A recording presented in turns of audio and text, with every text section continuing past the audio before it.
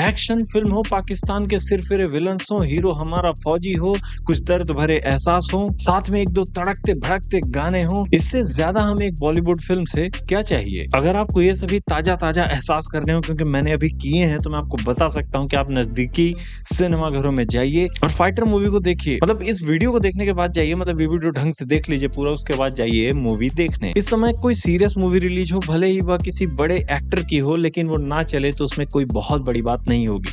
लेकिन वहीं अगर कोई एक्शन मूवी रिलीज होती है तो इसका सबसे ज्यादा बिजनेस करने का चांस होता है, क्योंकि इस समय ऑडियंस नॉर्मल फिल्मों के बजाय कुछ तड़कता भड़कता देखने के लिए सिनेमा घरों में जाना चाहती है, क्योंकि नॉर्मली तो वो ओटीटी पे भी सीरियस मूवीज देख ही लेगी। दोस्तों मैं बात कर रहा हूँ फाइटर मूवी की। ये एक मसाला मूवी से ज्यादा एयरफोर्स की शो रील है, जो कि हम 26 जनवरी को टीवी में भी देख सकते हैं। लेकिन अगर आप ज्यादा अच्छे तरीके से जानना चाहते हो, ज्यादा बारीकियों को जानना चाहते हो, तो फिर भाई साहब नजदीकी सिनेमा घरों में जाओ और देखो। फाइटर मूवी को टॉम क्रूज की टॉप गन से भी कंपेयर किया जा रहा था, लेकिन ये मूवी क्या उस लेवल की है?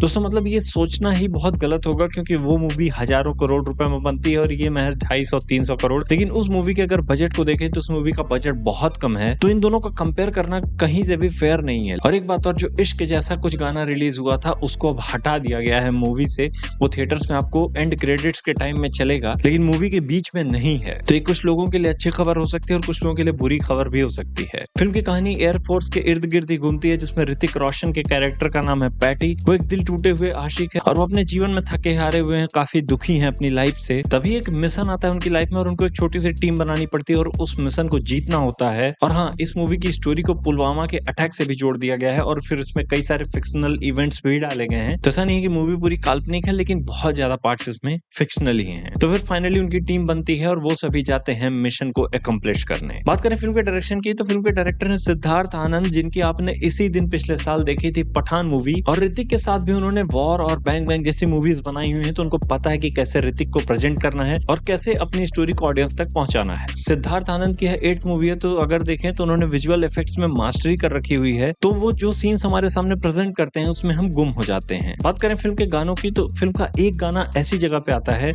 जहां पर हमारा पूरा देशभक्ति वाला मूड बना हुआ होता है, लेकिन उसके बाद जस्ट शेर खुल गए वाला गाना बजने लगता है। अब सोचो अब कैसा लगेगा, मतलब पूरे हमारे इमोशंस डिस्कनेक्ट हो जाते हैं। तो वो मुझे अच्छा नहीं लगा। और वहीं दूसरे गाने के बारे में तो मैंने आपको बता ही दिया।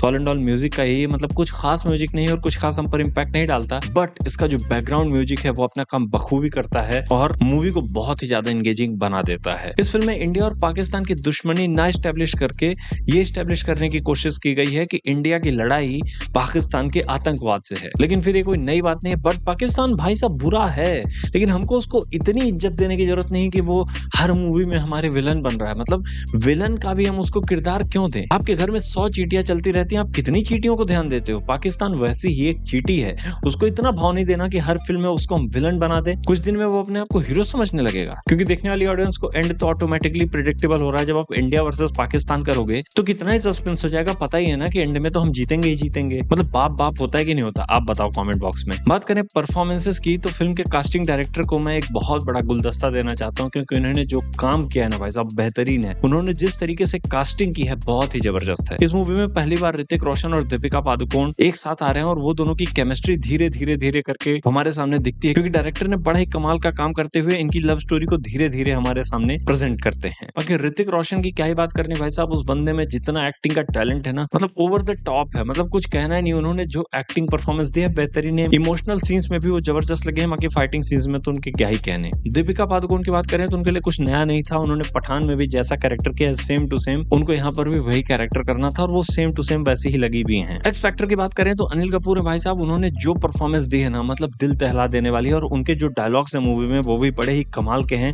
और ऑडियंस को मोटिवेट कर देते हैं। तो उनका एक काम यहाँ पर एक्स फैक्टर, क्योंकि बहुत ही अच्छी परफॉर्मेंस दी है उन्होंने। बाकी भी फिल्म में जो कैरेक्टर्स हैं उन्होंने अपने अपने लेवल पे अच्छा काम किया है। अब बात आती है कि क्यों देखें ये मूवी। अगर आप ऋतिक रोशन के फैन है तो भाई साहब अब तक आप ये मूवी देख चुके होंगे, तो कमेंट बॉक्स में बता दीजिएगा कि आपको कैसी लगी ये मूवी। बाकी अगर आप जबरदस्त एक्शन सीन्स देखना चाहते हैं तो इस मूवी को देखिए, और वहीं अगर आप एरियल कॉम्बैट सीन्स देखना चाहते हैं तो फिर आपको 100% ये मूवी देखनी ही चाहिए। लेकिन अगर आप इंडिया और पाकिस्तान की वॉर और इन सभी चीजों से बोर हो चुके हैं तो फिर आपको ये मूवी बोरिंग भी लग सकती है। और अगर आप फैमिली के साथ ये मूवी देखने जाना चाहते हैं तो इसमें एक किसिंग सीन है, इश्क जैसा कुछ गाना तो हटा ही दिया गया है, तो मतलब अब कोई दिक्कत आपको ज्यादा होगी नहीं। और अगर आपको फिर भी कोई दिक्कत नहीं तो भाई साहब फैमिली के साथ भी जाओ, क्या दिक्कत है, मतलब मजे से देखो। ऑल एंड ऑल यही था मेरा फाइटर का मूवी रिव्यू। अगर आपको ये वीडियो पसंद आया तो वीडियो को लाइक कर दीजिएगा, साथ ही साथ हमारे चैनल को सब्सक्राइब कर दीजिएगा।